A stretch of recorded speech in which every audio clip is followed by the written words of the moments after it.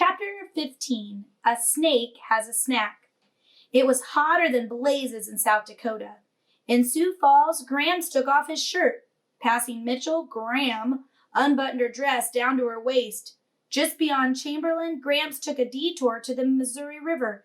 He parked the car beneath a tree overlooking a sandy bank. Graham and Gramps kicked off their shoes. It was quiet and hot, hot, hot. All you could hear was a crow calling somewhere up the river and the distant sound of cars along the highway. The hot air pressed against my face, and my hair was like a hot, heavy blanket draped on my neck and back. It was so hot you could smell the heat baking the stones and dirt along the bank. Gram pulled her dress up over her head, and Gramps undid his buckle and he let his pants slide to the ground. They started kicking water at each other and scooping it up and letting it run down their faces. They walked to where it was knee-deep and sat down. "Come on, Chickabiddy," Gramps called. Gram said, "It's delicious." I gazed up and down the river, not a soul in sight. The water looked cool and clear. Gram and Gramps sat there in the river, grinning away. I waded in and sat down. It was nearly heaven, with the cool water rippling and the high, clear sky all around us and the trees waving along the banks. My hair floated all around me. My mother's hair had been long and black like mine, but a week before she left, she cut it. My father said to me, "Don't cut yours, Sal. Please don't cut yours." My mother said, "I knew you wouldn't like it if I cut mine." My father said, "I didn't say anything about yours." "But I know what you're thinking," she said. "I love your hair, Sugar," Dad said. I saved her hair. I swept it up from the kitchen floor and I wrapped it in a plastic bag and I hid it beneath the floorboards in my room. It was still there, along with the postcards she sent. As Gram, Gramps, and I sat in the Missouri River, I tried not to think of the postcards. I tried to concentrate on the high sky and the cool water. It would have been perfect except for that ornery crow calling away. "Car, car, car." "Will we be here long?" I asked. The boy came out of nowhere. Gramps saw him first and whispered, "Get behind me, Chickabiddy, you too," he said to Gram. The boy was about 15 or 16, with shaggy dark hair. He wore blue jeans with no shirt, and his chest was brown and muscular.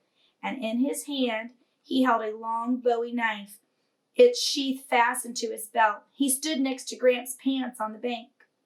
I thought of Phoebe, and I knew if she were here, she'd be warning us that that boy was a lunatic who would hack us all into pieces. I was wishing we never stopped at the river and that my grandparents would be more cautious, maybe even a little more like Phoebe, who saw danger everywhere.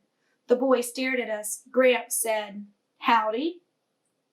The boy said, "This here's private property." Gramps looked all around. "Is it? I didn't see any signs." "It's private property." "Why, heck," Gramps said. "This here's a river. I never heard of no river being private property." The boy picked up Gramps' pants and he slid his hand into the pocket. "This land where I'm standing is private property." I was frightened of the boy and I wanted Gramps to do something, but Gramps looked cool and calm. He sounded as if he hadn't a care in the world, but I knew that he was worried by the way he kept inching in front of me and Gram. I felt around the river and pulled up a flat stone, and I skimmed it across the water. The boy watched the stone, counting the skips. A snake flickered along the bank and slid into the water. "See that tree?" Gramps said. He pointed to an old willow leaning in the river near the boy. "I see it," the boy said, sliding his hand into another one of Gramps' pockets. Gramps said, "See that knot hole? Watch this here Chickabiddy can do to that knot hole." Gramps winked at me. The veins in his neck were standing out and you could practically see the blood rushing through them. I felt around the riverbed and pulled up another flat, jagged rock. I had done this a million times in the swimming hole and by banks. I pulled my arm back and I tossed the rock straight at the tree. One edge embedded itself in the knothole. The boy stopped rummaging through Grandpa's pockets, and he eyed me. Gram said, "Oh!" and flailed in the water. She reached down, pulled up a snake, and gave it to Gramps. He had a puzzled look. "It's a water moccasin, isn't it?" she said. It's a poisonous one, isn't it? The snake slithered and wriggled, straining toward the water. I do believe it has had a snack out of my leg. She stared hard at Gramps. The boy stood on the bank holding Gramps' wallet. Gramps scooped up Gram and carried her out of the water. Would you mind dropping that thing? He said to Gram, who was still clutching the snake. To me, he said, get on out of there, Chickabiddy. As Gramps put Gram on the riverbank, the boy came and knelt beside her. I'm sure glad you have that knife, Gramps said, reaching for it as he made a slit in Gramps' leg across the snake bite.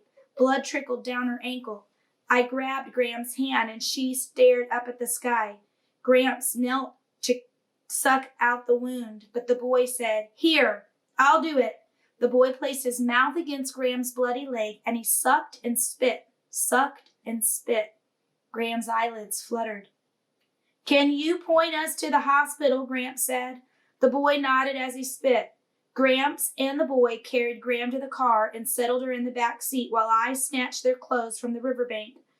We placed Gram's head on my lap and her feet on the boy's lap, and all the while the boy continued sucking and spitting.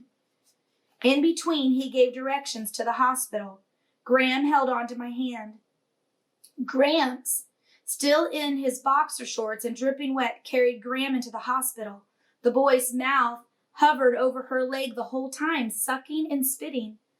Gram spent the night in the hospital. In the waiting room, the boy from the riverbank sprawled in a chair. I offered him a paper towel.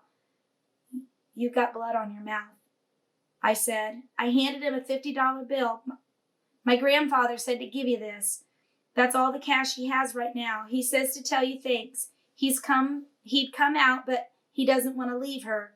He looked at the $50 bill in my hand and he said, I don't need it. You don't have to stay, I said. He glanced around the waiting room. I know it. He looked away and then said, I like your hair. I was thinking of cutting it. Don't. I sat down beside him. He said, it really wasn't private property. I didn't think so. Later, when I went to see Gram, she was all tucked up in bed, pale and sleepy. Next to her, on the narrow bed, Gramps was lying on top of the covers, stroking her hair. A nurse came in and made him get off the bed. He had, by now, put his pants on, and he was looking a wreck. I asked Gram how she was feeling. She blinked her eyes a few times and said, Piddles. Gramps said, they must have given her something. She doesn't know what she's saying. I leaned down and I whispered in her ear, Gram, don't leave us. Piddles, Gram said. When the nurse left the room, Gramps just climbed right back on top of the bed and he laid down next to Gram. He patted the bed. Well, he said, this ain't our marriage bed, but it'll do.